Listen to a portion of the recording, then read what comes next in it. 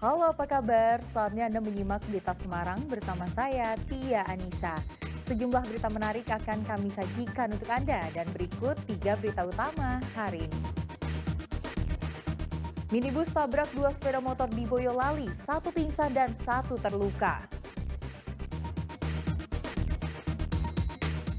Sesosok pria ditemukan tewas di kawasan Curug Wali Temanggung. Penyebab kematian korban masih menjadi misteri. Dua pasangan bakal Cagup dan Cawagup Jawa Tengah sama-sama mencari dukungan untuk memenangkan Pilkada 2024. Kita ke informasi pertama. Satu mobil menabrak 2 sepeda motor hingga terperosok ke pekarangan gudang di Boyolali. Diduga kecelakaan itu disebabkan mobil menghindari sepeda motor yang memotong jalur. Kecelakaan ini menyebabkan 2 pengendara motor terluka hingga ada yang pingsan. Minibus ini terperosok masuk ke pekarangan sebuah gudang di tepi jalan Boyolali Solo, tepatnya Desa Banyudono, usai terlibat kecelakaan dengan 2 sepeda motor. Kecelakaan menyebabkan 1 pengendara sepeda motor tak sadarkan diri, sedang 1 pengendara lain sempat terseret yang menyebabkan korban terluka. Kedua pengendara motor yang terluka dibawa ke rumah sakit untuk diobati. Kecelakaan ini bermula saat minibus yang dikemudikan Dwi Kurniawan melaju dari arah Boyolali menuju Solo. Saat melintas di lokasi kejadian, tiba-tiba ada sepeda motor yang melaju searah, lalu memotong jalur dari kiri ke kanan. Karena jarak minibus dan motor terlalu dekat, minibus menyenggol sepeda motor lalu sopir banting setir ke kiri. Namun nahas, pada sisi kiri juga terdapat motor lain.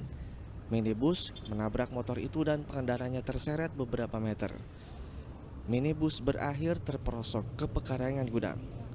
Pengemudi minibus selamat, hanya mengalami luka lecet. Ngindarin orang mas, ngindarin orang nyebrang ngeteh loh mas, di belakangku apa mah nubruk kula mas, nubruk apa nanti serempet kula nyerempet misalnya lah, serempet itu di sana kula lepas kendali langsung banting gimana, cuman luka ini. Luka sendiri.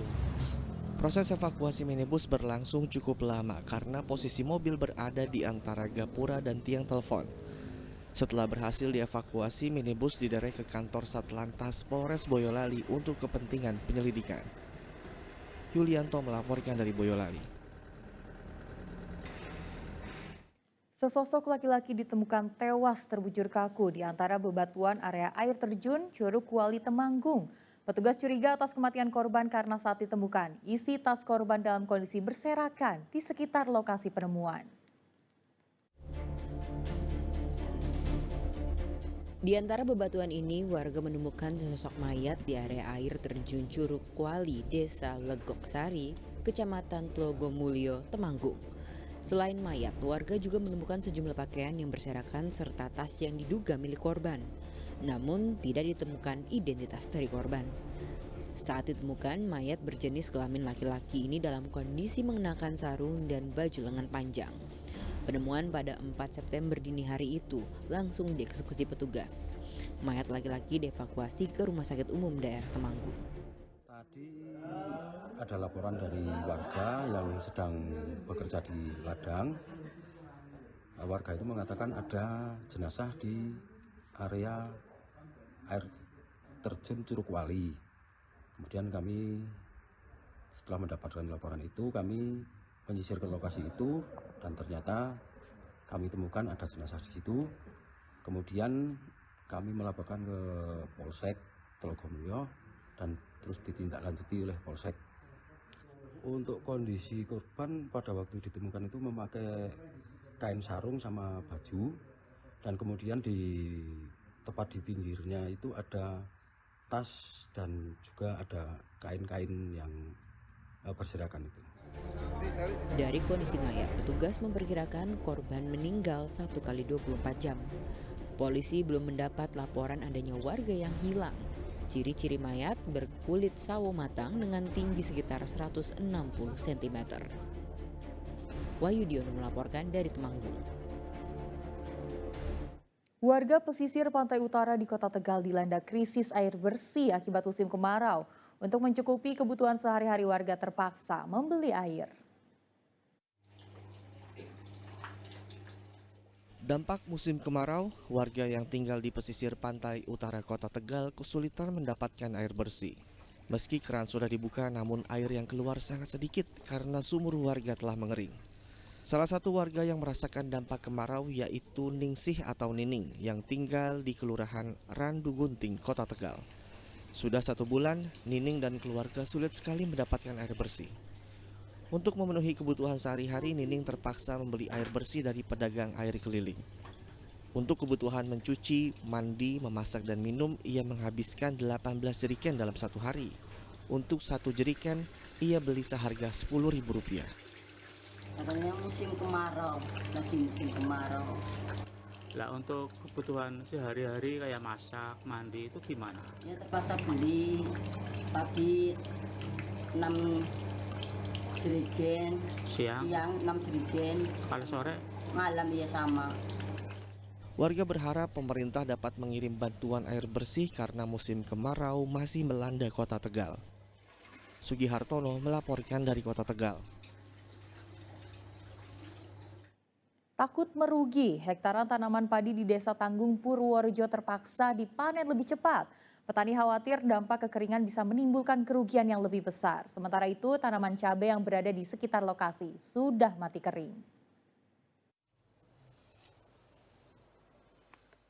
Takut gagal panen karena kekeringan, para petani di Desa Tanggung, Purworejo memutuskan untuk memanen lebih awal tanaman padinya. Padahal menurut jadwal seharusnya menunggu 20 hari lagi untuk dipanen. Namun krisis air yang terjadi membuat para petani memutuskan memanen tanaman padi meski baru berusia 75 hari. Dengan memanen lebih awal membuat kuantitas hasil panen lebih sedikit. Hanya saja mereka sudah tidak dapat berbuat banyak karena stok air benar-benar kosong. Kita kan dropping air dari jauh sana, dari daerah Kali Sermo itu. Itu pun kalau dapatnya mencukupi. Contohnya kemarin hari Sabtu itu kan hanya 2 orang yang dapat air itu. Sebetulnya panen masih sekitar 20-an hari lagi. Sudah kita panen. Kadang-kadang mau roboh, sudah kekeringan. Ya otomatis jelas turun ya dari hasil normal. Itu jelas turunnya ya sekitar hampir 25% lah. Karena belum isi penuh. Selain padi, tanaman palawija jenis cabai yang berdampingan dengan tanaman padi juga mulai mengalami kekeringan. Buah cabai yang seharusnya dipanen kini mengering, tak bisa dikonsumsi lagi usai akar pohonnya kering tak dapat pasokan air.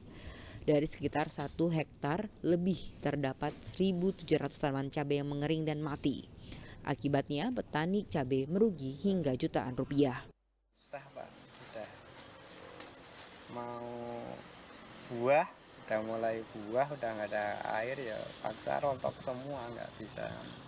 Padahal ya sudah berusaha dari desa itu minta jatah drop dari bendungan Kali Sermo yang jaraknya 17-an kilo ya.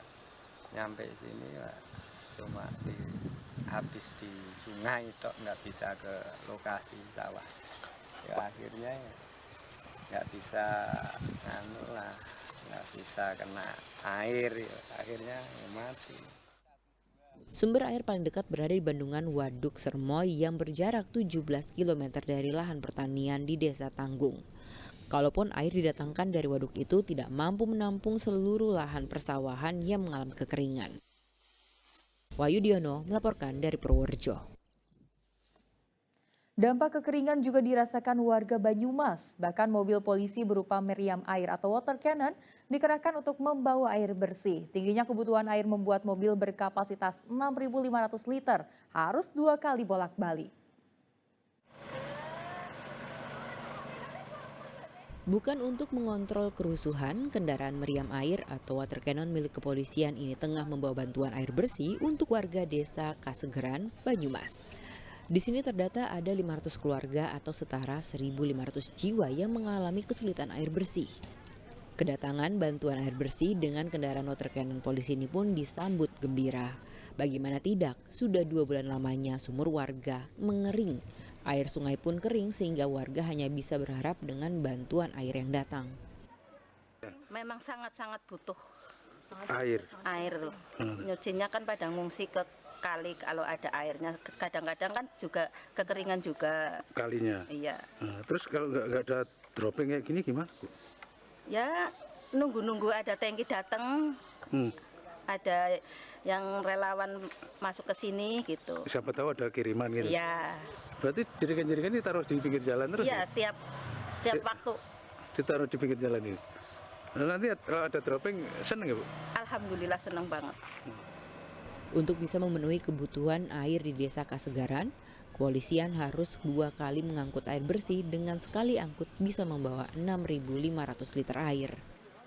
Kami menggunakan water cannon Polresta Banyumas. Ini ada sekitar 6.500 liter dan kami melaksanakannya 2 kali. Jadi sekali kita isi, kemudian kita kembali lagi mengisi ke water cannon lagi dan dibagikan lagi ke masyarakat. Kenapa Desa Kasegaran yang dipilih? Ya karena di sini terutama warganya mengalami kekeringan atau kekurangan air bersih untuk mandi, kemudian untuk kebutuhan sehari-hari, untuk masak. Musibah kekeringan di Kabupaten Banyumas semakin meluas. Tercatat ada 35 desa yang tersebar di 15 kecamatan mengalami kekeringan air. Data BPBD Banyumas menunjukkan 28.000 jiwa terdampak. Mardianto melaporkan dari Banyumas.